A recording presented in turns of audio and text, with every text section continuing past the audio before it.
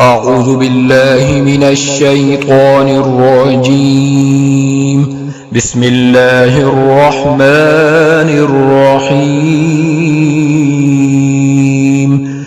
يا أيها المدثر قم فأنذر وربك فكبر وثيابك فطهر والرجز فاهجر ولا تمنن تستكثر ولربك فاصبر فإذا نقر في الناقور فذلك يومئذ يوم عسير على الكافرين غير يسير. ذرني ومن خلقت وحيدا وجعلت له مالا ممدودا وبنين شهودا ومهدت له تمهيدا ثم يطمع أن أزيد كلا إنه كان لآياتنا عنيدا. سأرهقه صعودا إنه فكر وقدر فقتل كيف قدر ثم قتل كيف قدر ثم نظر ثم عبس وبسر ثم أدبر واستكبر فقال إن هذا إلا سحر يؤثر إن هذا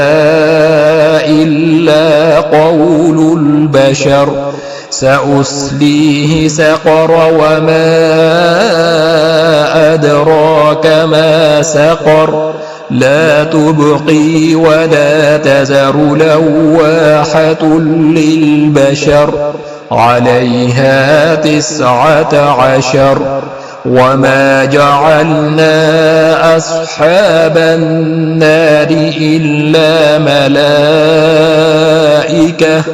وما جعلنا عدتهم إلا فتنة للذين كفروا ليستيقن الذين أوتوا الكتاب ويزداد الذين آمنوا إيمانا ولا يرتاب الذين أوتوا الكتاب والمؤمنون وليقول الذين في قلوبهم مرض والكافرون ماذا أراد الله بهذا مثلا كذلك يضل الله من يشاء ويهدي من يشاء وما يعلم جنود ربك إلا هو وما هي إلا ذكرى للبشر. كلا والقمر والليل إذ أدبر والصبح إذا أسفر إنها لإحدى الكبر نذيرا للبشر لمن شاء منكم أن يتقدم أو يتأخر كل نفس